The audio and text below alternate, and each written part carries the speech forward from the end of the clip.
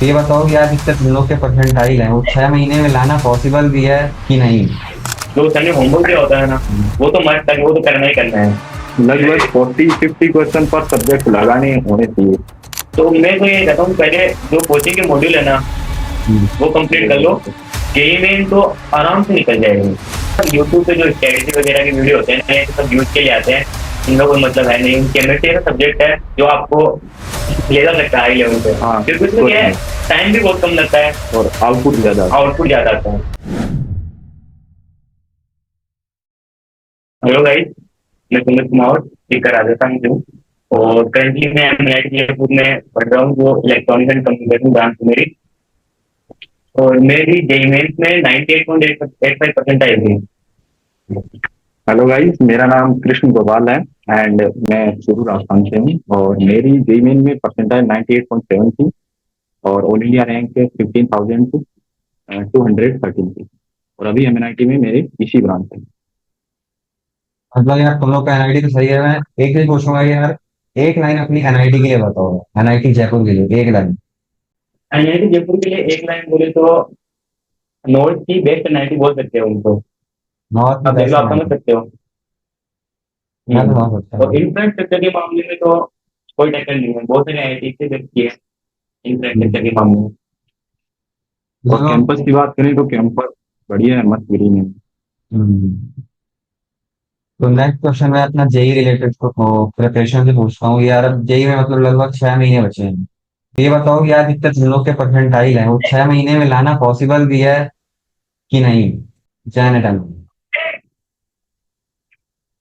6 महीने में पॉसिबल है आराम से, अगर आप कर रहे हो।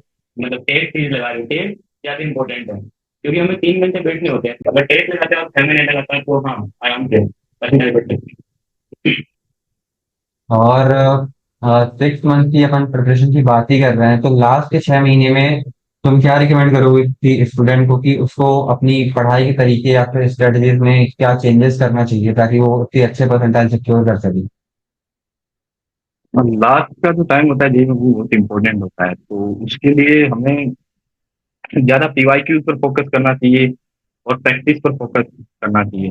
पीवाईक्यू ज्यादा से ज्यादा लगाने चाहिए, क्योंकि जेईई में भी पता है आपको पीवाईक्यू बहुत रिपीट होते हैं। और डेढ़ मार्क्स में रिपीट तो नहीं होते, लेकिन कॉन्सेप्ट तो रिपीट होते ही हैं। तो लास्ट के टाइम में आप पीवाईक्यू पर ज्यादा फोकस करोगे तो अच्छे स्कोर आ सकते हैं। हैं। जेई पीवाईक्यू मेन में तो अगर इम्पोर्टेंट। हम बात करें ना, तो पीवाईक्यू सबसे बेस्ट है, क्योंकि जब मेरा टाइम था तो मैंने केमिस्ट्री को बहुत सारे पीवाईक्यू मतलब लिख भी रखे थे, जो मेरे डाउट आए थे। और लगभग आप मानोगे नहीं, 4 से 5 पीवाईक्यू एडिट किए जाए थे केमिस्ट्री केमिस्ट्री के। लेकिन पीवाईक्यू तो बहुत जरूरी है। और पीवाईक्यू से आइडिया भी लग जाता है एग्जाम का कि कैसे हो जाएगा सर, तो कैसा स्कोर कर सकते हैं हम, लेवल के साथ आएंगे। तो नेक्स्ट क्वेश्चन यार, जो मतलब फर्स्ट टाइम प्रिपरेशन करने आते हैं जैसे ड्रॉप ईयर में, मतलब यार बंदे स्टार्टिंग से ही आते हैं, मतलब उनकी उनकी 11वीं 12वीं की प्रिपरेशन हुई नहीं होती है, तो ऐसे ड्रॉपर्स जो हैं या फिर ऐसे 12th में हैं जिनकी मतलब कुछ प्रिपरेशन नहीं है, अब बस लास्ट कुछ ही महीने बचे हैं, तो उनको क्या रिकमेंड करोगी, उनकी स्ट्रेटजी किस हिसाब से होनी चाहिए ताकि वो भी अच्छा परसेंटाइल ला सके। उनकी स्ट्रेटजी ये होनी चाहिए कि जैसे जो क्वेश्चन ज्यादा टाइम खाने वाले होते हैं, वो यदि नहीं हो रहे हैं तो उनमें ज्यादा हमें टाइम नहीं लगाना।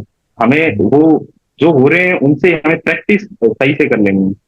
तो उसमें हमें जैसा कोई क्वेश्चन होते हैं जो एडवांस के, वो होते नहीं है तो हम उसी में उलझे रहते हैं कि नहीं हो रहा।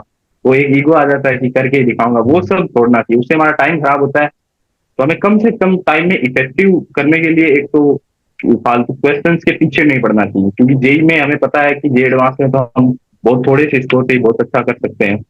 तो ये नहीं है कि पीछे ही पड़ गए कोई क्वेश्चन के, तो वो हमें देखना चाहिए कि हमें थोड़ा इफेक्टिवली काम लेना चाहिए। तो तो जैसे तुमने भी यार ड्रॉप ही लिया था, ड्रॉप में ही सिलेक्शन हुआ तुम्हारे एनआईटी जयपुर में, तो ड्रॉप ईयर में तुम्हारा स्टडी रूटीन क्या होता था पूरे दिन में।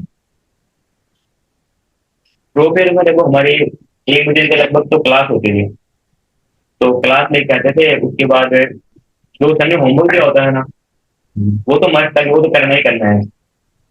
चाहे बाकी जो कुछ हो जाए, लेकिन होमवर्क तो करके लेके जाना ही है, क्योंकि अगर होमवर्क नहीं करोगे ना, तो आप क्लास जाओगे, सर पढ़ा रहे हैं समझा रहे हैं तो कुछ समझ में नहीं आएगा। तो वो एक डिमोटिवेशन भी आ जाता है अगर होमवर्क नहीं करते तो होमवर्क तो मस्ट है। अब लोग क्या होते हैं, बुक भी लगाने लग जाते हैं, इधर से बुक ले आए, उधर से बुक ले आए। तो मैं तो ये कहता हूँ पहले जो कोचिंग के मॉड्यूल है ना, हम्म, वो कंप्लीट कर लो। जेईई मेन तो आराम से निकल जाएगी, कोई दिक्कत नहीं होगी, इधर से बुक करने की कोई जरूरत नहीं है। हम्म, जेईई मेन के लिए मॉड्यूल कर लो, काफी है। हम्म, और भी मतलब पढ़ने का तरीका, जैसे कोचिंग से तुम फिर घर गए, फिर घर में मतलब क्या रहता है तुम्हारा पढ़ाई का तरीका पूरे दिन भर में? पढ़ाई का तरीका तो यही है कि जैसे कोचिंग से आओ, कोचिंग करो, हाँ। पहले कुछ सुबह कोचिंग जाओ, दोपहर को लगभग आओ, खाना वाना खाओ, उसके बाद थोड़ा आराम वाराम कर लो, ये 2:30 3 बजे से पढ़ाई स्टार्ट करो। पढ़ाई में एक ये ध्यान रखना होता है कि पहले पहले तो जैसे कुछ बच्चे क्या करते हैं, मैथ होती नहीं है, मैथ टफ होती है डेली, तो उसमें क्या है वो मैथ को छोड़ देते हैं बिल्कुल, तो उससे नुकसान होता है कि फिर मैथ बिल्कुल ही नहीं आती। जेई एडवांस में भी हमें पता है कि मैथ की जो सब्जेक्टिव कट ऑफ रहती है वो भी क्लियर करनी होती है। तो हमें पहले लगभग तो हमें सब सब्जेक्ट्स को ज्यादा टाइम, बराबर टाइम देना चाहिए। और कुछ बच्चे ये करते हैं जिनको कुछ को केमिस्ट्री समझ में नहीं आती, तो वो छोड़ देते हैं केमिस्ट्री को, तो ऐसा नहीं करना चाहिए, सबको बराबर रूटीन में पढ़ना चाहिए।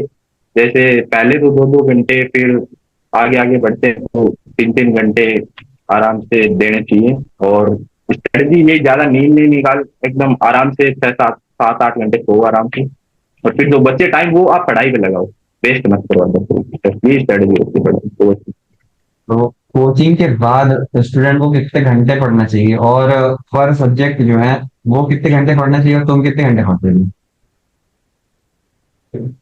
देखो ये जो सवाल है ना, कितने घंटे पढ़ना चाहिए, ये मैटर नहीं करता।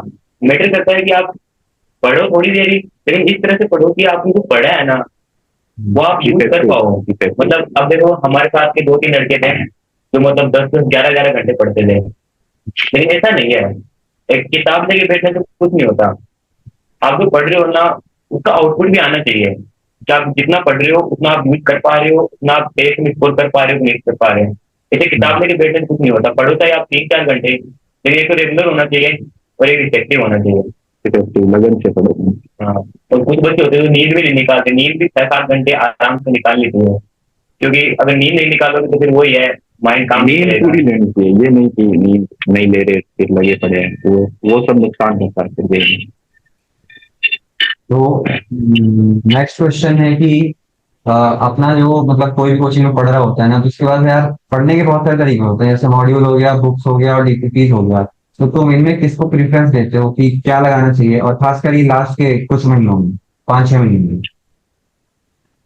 तो देखो प्रेफरेंस का तो मेरे हिसाब से बुक्स की तो इतनी जरूरत नहीं होती, कोचिंग की डीपीपी और जो मॉड्यूल है वही बेस्ट है, हम्म, उससे हो जाता है। यदि आप नहीं अच्छे से करते हो, यदि आपके पास एक्स्ट्रा टाइम बच जाता है, तो आप और हम्म, क्वेश्चन प्रैक्टिस कर लो, मॉड्यूल्स में बहुत क्वेश्चन होते हैं, आप वो हम्म, प्रैक्टिस कर सकते हो, आप अपने डाउट सॉल्व कर लीजिए, डाउट्स को अच्छे से कर लीजिए। हम्म, फालतू बुक्स पे जाना इफेक्टिव नहीं होता, उससे टाइम भी खराब होता है, और हम इफेक्टिवली सीख भी नहीं पाते। मॉड्यूल्स जो है कोचिंग के वो एकदम सही है, प्रेफर पहले मॉड्यूल्स को ही करना चाहिए, हम्म।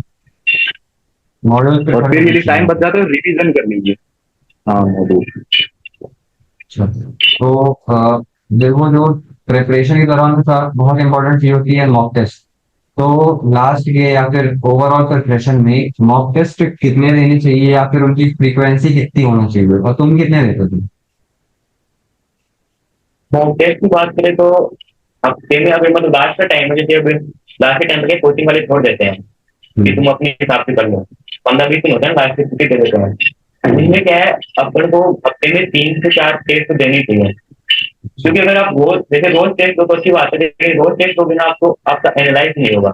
हम्म, तो आप अगर हफ्ते में 3 से 4 टेस्ट दे रहे हो ना, हम्म, तो आप क्या टेस्ट को एनालाइज कर पाओगे कि हाँ मेरी हम्म, गलती कहाँ पे हो रही है, मैं कहाँ पर सुधार कर सकता हूँ। तो हम्म, टेस्ट देना इंपॉर्टेंट नहीं है, एनालाइज करना। एनालाइज करना हम्म। इंपॉर्टेंट है। मैंने आप टेस्ट चाहे कितने दे दोगे, आप एनालाइज नहीं कर रहे ना, तो फिर कोई मतलब नहीं है टेस्ट देने का। आपको हाँ, पता होनी चाहिए कि आपकी एक्यूरेसी कितनी है। हम्म, एक्यूरेसी तो बहुत जरूरी है, क्योंकि आप 60 क्वेश्चन कर रहे हो और आप 30 गलत जा रहे हो तो उसका मतलब नहीं है। हम्म। एक्यूरेसी बहुत जरूरी है। और सब्जेक्ट वाइज स्ट्रेटजी की बात करें तो मैथ, फिजिक्स और केमिस्ट्री में मतलब तुम क्या स्ट्रेटजी फॉलो करते थे? और ये भी लास्ट के मतलब डिफरेंस में बताना था कि अब 6 मंथ की डिफरेंस में क्या स्ट्रेटजी पर सब्जेक्ट वाइज क्या लगानी चाहिए हमें? देखो सब्जेक्ट वाइज बात करें ना, तो जेईई मेंस के लिए केमिस्ट्री बहुत अच्छा सब्जेक्ट है, मतलब माना बोरिंग होता है थोड़ा सा, वो पढ़ने में थोड़ी दिक्कत आती है, लेकिन केमिस्ट्री ऐसा सब्जेक्ट है जो आपको ले जा सकता है हाई लेवल पे, हाँ क्योंकि उसमें क्या है, टाइम भी बहुत कम लगता है, और आउटपुट ज्यादा। आउटपुट ज्यादा आता है। मैथमेटिक्स भले ही अच्छा लगता है, मतलब बहुत लोगों मेरे को लगता है खास कर मैथमेटिक्स अच्छा, लेकिन उसमें क्या है, टाइम कंज्यूमिंग बहुत है। अगर आप जेईई मेंस के खासकर जेईई मेंस के आप करने जाओगे ना, उसमें क्या है, बहुत सारा वो है, लेंथी प्रोसेस बहुत आते हैं जेईई के अंदर। और केमिस्ट्री क्या है, आपको कम समय में ज्यादा आउटपुट देता है। तो मैं प्रेफरेंस करता हूँ केमिस्ट्री में पहले करने चाहिए, फिर फिजिक्स करनी चाहिए, उसके बाद मैथ से फिर होना चाहिए, क्योंकि मैथ का टाइम बहुत लेता है। केमिस्ट्री लगभग आपका, अगर आप जेईई करोगे ना, तो आधे घंटे में लगभग समाप्त हो जाएगी, इतनी होती है केमिस्ट्री। तो केमिस्ट्री पे ज्यादा से ज्यादा फोकस करना चाहिए। तो जब प्रिपरेशन के दौरान जो क्वेश्चंस हैं, प्रैक्टिस क्वेश्चन जो आते हैं, प्रैक्टिस करते हैं क्वेश्चन, तो वो कितने लगाने चाहिए, पर डे कितने लगाने चाहिए क्वेश्चन अपन को? पर डे पहले पहले की बात करें तो नए नए होते हैं तो उतनी प्रैक्टिस कर नहीं पाते ज्यादा क्वेश्चन, तो पहले पहले 20 क्वेश्चन सही रहते हैं। यदि आप 20 भी नहीं कर पा रहे तो एक बार 15 भी कर लीजिए, उससे ज्यादा पैनिक नहीं करना है कि हमने 20 नहीं कर पाए। और फिर आगे जैसे जैसे बढ़ते जाते हैं इंक्रीज करते जाना है, और लास्ट में जब एंड तक हमें लगभग 40-50 क्वेश्चन पर सब्जेक्ट लगाने होने चाहिए। लास्ट में क्या होता है कि आप थ्योरी आपको आने लग जाती है, तो आप थ्योरी ऐसा नहीं कि आप 1-2 घंटे बैठ के थ्योरी पढ़ रहे हो, नहीं वो नहीं चलेगा। आप मतलब थ्योरी देखो, ऊपर ऊपर से देख लो, क्योंकि आपको पता होता है यार थ्योरी इतने दिन से पढ़ी तो थ्योरी में पता होती है। तो लास्ट के टाइम पे जितना हो सके उतना क्वेश्चन पे ही प्रैक्टिस करो, आपकी थ्योरी क्वेश्चन पे ही क्लियर होगी। ऐसे बार बार करने प्लेट में वो मतलब नहीं, क्वेश्चन करते रहो, क्वेश्चन से आपके आराम से क्लियर हो जाएगी थ्योरी, कोई दिक्कत नहीं। और शॉर्ट नोट बना लेने चाहिए, जो लास्ट में बस शॉर्ट नोट, हाँ, जैसे और नोट भी बनाने चाहिए। एक चैप्टर देख लिया 10 मिनट में, उसके बाद क्वेश्चन प्रैक्टिस ज्यादा। तो शॉर्ट नोट तो बता दो, शॉर्ट नोट कैसे बनाते थे? शॉर्ट नोट्स का ये है कि जैसे आपको कोई टॉपिक पढ़ा, तो उसमें आप पहले तो एक बार कोचिंग वाले पढ़ाते हैं तो आप घर पे आगे रिवीजन करो, फिर उसके क्वेश्चन लगाओ। फिर जब आप क्वेश्चन कर रहे हो तो आप जिन जिन चीजों में अटक रहे हो, जो जो आपको याद नहीं रही, शॉर्ट नोट्स में वही लिखो। जो आपको जैसे बहुत बेसिक चीजें होती है जो हमें पहली बार में याद हो जाती है या बहुत इजी सी होती है, तो वो यदि हमें याद रही है तो उसका शॉर्ट नोट बनाने का कोई सेंस नहीं है। जो चीजें हम भूल रहे हैं बारी बारी, उन्हें शॉर्ट नोट्स में ऐड करें ताकि रिवीजन हो तो वो सही रहे, वो चीजें याद हो जाए। जैसे बहुत बेसिक चीजें शॉर्ट नोट्स में लिख के भरने में कोई सेंस नहीं है। आप शॉर्ट नोट्स वो होता है शॉर्ट से शॉर्ट, पूरा चैप्टर है 30-40 पेज का, उसको 1-2-3 पेज में आप पूरा लिख सको, उसमें वो चीजें जिसमें आप अटक रहे हैं, वही शॉर्ट नोट्स है। प्रिपरेशन के दौरान डिस्ट्रैक्शन को कैसे कंट्रोल करना है? तुम कैसे करते थे, या फिर तुमको ऐसे कोई डिस्ट्रैक्शन पड़ा हो जिससे निकलना मुश्किल रहा हो तुमको, उसका एक्सपीरियंस? इस प्रश्न तो पढ़ा यार, तभी हम आईआईटी में बैठे हैं, वरना तो आईआईटी में होते आज। लेकिन यार यही है, फोन वोन से बहुत दूर रहना चाहिए। मोबाइल तो जब तक जरूरत ना हो तब तक रखना ही नहीं चाहिए, और रखो तो भी कीपैड वाला रखो। हाँ, क्योंकि मोबाइल अब ऐसी चीज बन चुकी है, बच्चे लेते पढ़ने के लिए हैं, लेकिन पढ़ते कम है। टाइम खराब हो जाता है। तो डिस्ट्रैक्शन तो यार जितना दूर हो सके ना उतना ही रहो, क्योंकि अगर आप थोड़ा भी पढ़ोगे ना तो फिर डिस्ट्रैक्शन तो खत्म होता नहीं। और एक कंट्रोवर्शियल क्वेश्चन भी हो सकता है ये कि भाई आजकल ट्रेनिंग स्टडी होती है, 4 महीने की स्टडी या 1 महीने की स्टडी, 2 महीने की स्टडी, सारी पूरा लेके आ जाते हैं लास्ट के दिनों में। तो तुम इस पे, तुम्हारी क्या राय है इन स्ट्रेटजीज के ऊपर? देखो ये तो फालतू चीज होती है, फालतू। क्योंकि कोई पागल नहीं है तो 4-5 साल से तैयारी कर रहा है, 1 महीने की स्टडी से इसका सब कुछ हो जाएगा, ये सब फालतू चीजें होती है।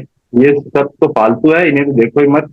कोचिंग वाले सही पढ़ाते हैं लगभग, आप कोचिंग में पढ़ो और फिर खुद जितना कर सकते हो सेल्फ स्टडी, वो इम्पोर्टेंट होती है। खुद रिवीजन जितने करते हो, जितनी थ्योरी आप याद रख पा रहे हो, जितने क्वेश्चन प्रैक्टिस, वो सब इम्पोर्टेंट है। ये सब स्ट्रेटेजी बाकी तो अपने जो कोचिंग के मेंटर होते हैं ना, उनकी सलाह लो, पर यूट्यूब पे जो स्ट्रेटेजी वगैरह के वीडियो होते हैं ना, ये तो सब यूज के लिए आते हैं, इनका कोई मतलब है नहीं, कोई होता है मना नहीं जाए। 1 महीने में यही कर लें। 1 महीने में चाहिए होती तो लोग यार 4-5 साल टाइम दोनों बैठे रहते। ये तो प्रॉब्लम ही यही ना कि भाई डिस्ट्रैक्शन सबसे बड़ा यही है कि स्ट्रेटजी लोग अलग बता देती है, कोई अलग प्रिपरेशन चलता आ रहा है, लास्ट 2 महीने के 3 महीने कि ये करो, लोग चले गए उधर कि यही करना है, तो इससे पूरी प्रिपरेशन खराब हो जाती है। नहीं, अपना हर कोचिंग का अपनी क्लास का एक मेंटर टीचर होता है, हाँ। तो उस मेंटर टीचर की बात मानो, जो भी कोई दिक्कत हो, तुम्हें डिस्ट्रैक्शन डायरेक्ट उनके पास जाओ, वो बहुत अच्छी सलाह देते हैं। उनको 14-15 साल हो जाते हैं पढ़ाते हुए।